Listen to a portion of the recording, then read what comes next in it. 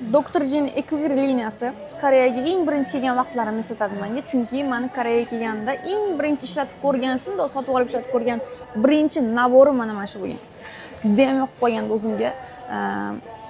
Ishlatganman, kech payt ishlatganman. Ertalab uyg'onganimda yuzimni oynada ko'rib shokka tushganman. Vau, shu darajada natija berish mumkinmi bittagina nabor deb. Tonra, serumi, krem bor, 3 talik nabor edi. Bitta nabor shu darajada natija berish mumkinmi deb bitta koreyankaning tavsiyasi bilan olgandim uni. Koreys qizi konsultant bo'lib ishlardi. U paytlar men yuzim yog'li bo'lgan. Hozir o'rtacha, u paytlar yog'li bo'lgan. Yog'li yuzlar uchun ideal variant yog'li va kombi yuz uchun. Yog'li va kombi yuz uchun zo'r.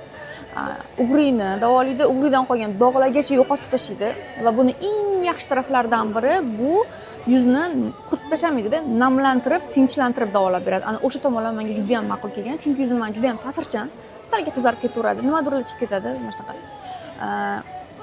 Namlantirib, tinchlantirib davolab bergan. Buni olgan mijozlarim menga bir haftada emas, 3 kunda o'tib yozishadi. Har doim hammada shunaqa bo'lgan. 4 kun emas, 5 kun emas, 3 kundan keyin 3 kun o'tib 4-kun yozishadi. Kuzatganman men bu narsani. 4-kun yozishadi-da, mana shu doktor Jinni sotib olganim esdami deydi.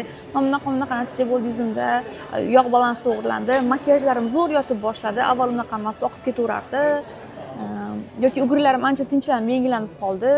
Faqat mana shunaqa o'tsiflar xullas. Juda ham zo'r anaqa nabor, meni uyaltirmaydi-da. Menga постоянно klient olib keladigan nabor mana shu.